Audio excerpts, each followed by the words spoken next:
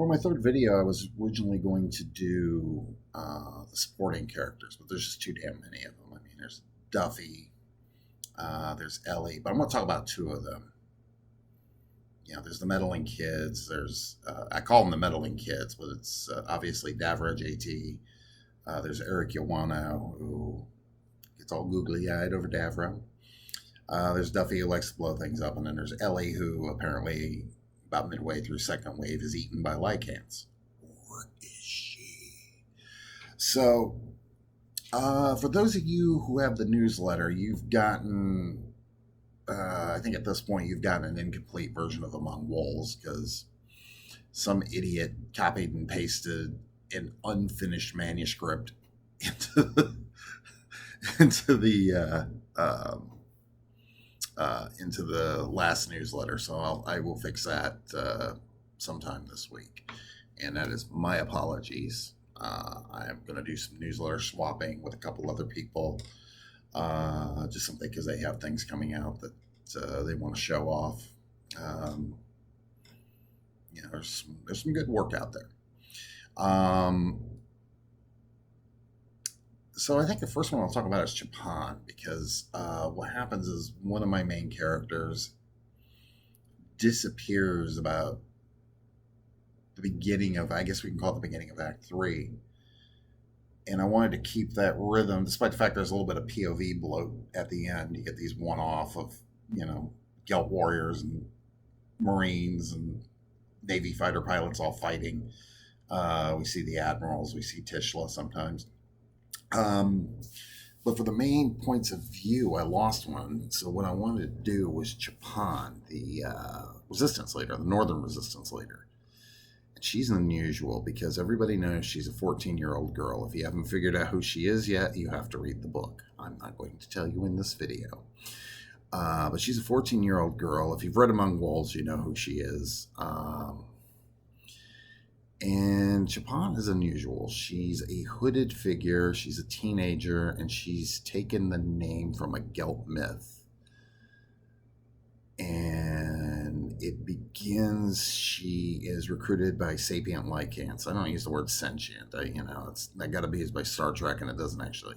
I do not think that word means what you think it does. It doesn't. So, but the lycan, the intelligent lycans, who can actually speak, just not in a language that humans can translate. They kidnapped a Gelt so the Gelt could translate, and a human. And because Ellie was that human, she is by default their pack leader now. They want the Lorals, they want the Gelt warriors off the planet. They don't care about the settlers. The settlers are shooting at predators. They get that. They totally get that. And if they can communicate with them, they know that will stop. And possibly if the Gelt are allowed to stay, they will stop. So that's Chapaan. She becomes like this ghost of the woods. And she's a hooded, she's wearing a hooded figure, and she's very mysterious. And suddenly there's this army in the north that consists of lycans and disgruntled Gelt and defecting Gelt warriors and stray marine units and groups of human settler refugees, and they march on the city of Deming, which was taken over by the Gelt. They wanted to use its factories to create mechs to kind of subdue the human population. They march on Deming, take over those mechs, reprogram them, and start marching south. And Chapaan doesn't really care about the Gelt. She knows the Compact's going to come in and take them out sooner or later. She was one of the witnesses to the Broken Sky, in the novella Broken Skies. She witnessed from the surface that failed attempt to liberate the planet. In fact, in second wave, it's very likely she saw that the same night that Davra JT did. And so she goes and so she's had it. She's clearly lived down south for a while. As she marches along, she's picking up more and more. And now she's starting to pick up Gelt troops. She picks up a whole company of Marines under the command of a major who, with absolutely no problem whatsoever, places himself under her command and says, okay, well, if you're out to take out Cray, that's good. So she's obviously seen Cray do his evil Cray stuff. And that's her target. Take out Cray. The resistance can do more. The resistance has one less thing to worry about. They can focus on the Gelt, and the Gelt are clearly splintering. So late in the book, I had her meet JT and reveal who she really was, and everybody's like, oh my god. And she is the angriest. You would think it would be Davra, or you would think it would be JT losing his wife, or even Duffy. Duffy mentions his father is dead, his mother is off-world, but his father's dead. Eric Iwano watched his own father change sides. And no, it's Chapaan. Chapaan is the angriest because she's had to go live in the wilderness among what she thought was wild animals, and had to take this mantle of resistance leader on herself. And at one point or another, she's like, I'm just a kid, and I don't appreciate this. And at one point, she lets Lucius Cray have it about that.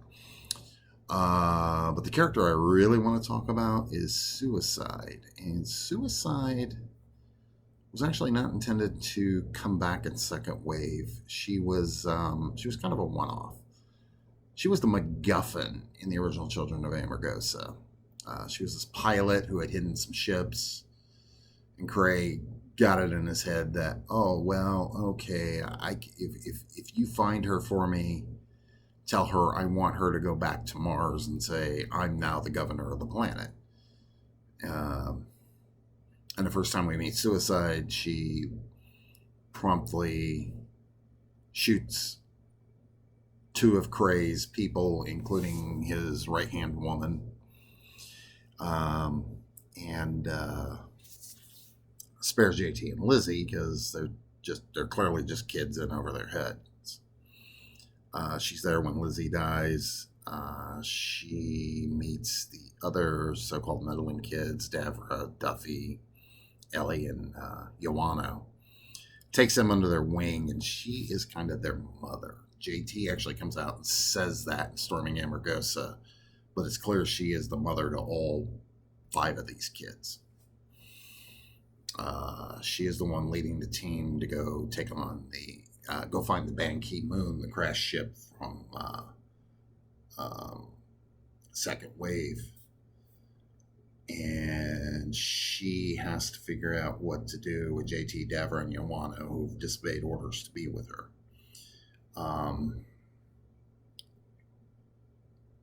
She knows it's not easy. She knows these kids following orders is an acquired skill. And a second, there we go. It's like, wow, I've got 2 computer screens flashing me in the face. But Suicide has proven to be spam text messages. She's proven to be the most interesting character, the one I get asked about the most. And she was the one I was kind of afraid that people were like going, oh, you're just trying to be woke, so woke that you're not woke. That's the complaint I get. And I said, because like basically my Obi-Wan character in this whole series is a middle-aged bisexual Asian woman. But I wanted to have Cray look for this pilot, and I thought, give me an actress. Give me an actor or an actress who would make this interesting. I didn't want them to just be a vanilla, like go find Han Solo hiding out in the mountains. And I went, Michelle Yeoh. Michelle Yeoh is kick-ass. She's smart. She has presence. When she plays the Mirror Universe Giorgio on Star Trek, she has this kind of swagger. I think I didn't see the movie Crazy Rich Asians, but I think when she was in that, she kind of had that swagger. That's kind of what I picked up on. When she played the Prime Universe Georgia, she was more of a Picard-like presence. And I thought, somebody that can weave that thread through. So I based her on that. And then I said, what's her background? Why is she the way she is? Why is she hiding out in a shack? And when she had to teach JT how to make a bullet locket, she pulls out 2 of them. I thought, okay, a person like this would probably have 2 of those in her background. And so she pulls out 2 of them, holds one up and says, I used to be an artist. This is the man who taught me how to fly. And, the first love of my life. And then the second one, she says, is a woman. And that was just, I thought, let's just keep twisting it, and making different backgrounds. And eventually, so eventually, she has become a central character. Now, I didn't get to do as much in Storming as I'd like with her. I did put a lot of scenes that had her in it that I cut out back in. At first, I thought they were kind of fluff, and then I went, no, people are going to get upset if I don't include her. So I put those back in, and it kind of illuminates her relationship with several of the characters, and also just kind of lets her have her own moment to shine, and gives her a little bit of her own arc. The new books that I'm working on, she is the central character of that whole story arc. Not all the stories. In one story, she barely shows up. In one book, she barely shows up, but she is JT's mentor. She is a new meddling kid's mentor. And the series is going to be anchored by a trilogy of 3 books about her. It's, there's one where she is introduced in the post-Amargosa era. The one I am working on now deals with the realm and kind of brings the realm war to an end. And then in the final one, they finally confront this conspiracy on Earth that's kind of ripping the compact apart. And she, a lot of it is her relationship with now 6 of these characters, where there was originally 5, and then we were down to 4, and now we're back up to 6. But her relationship with them, and they kind of seek her wisdom out.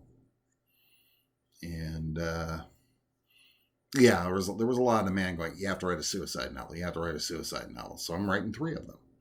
I'm working on the second one now. I got I got 3 books in between the first and the second one done, and plan to do one more. But suicide is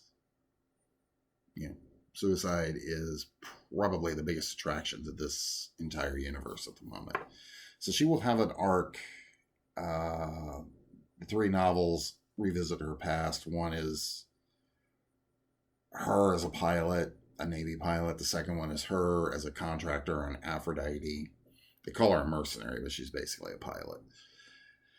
A civilian pilot. And that whole thing about how she lost the woman she was with. And then the last one will go back to her time on Amargosa and even revisit some of the scenes in the earlier novels.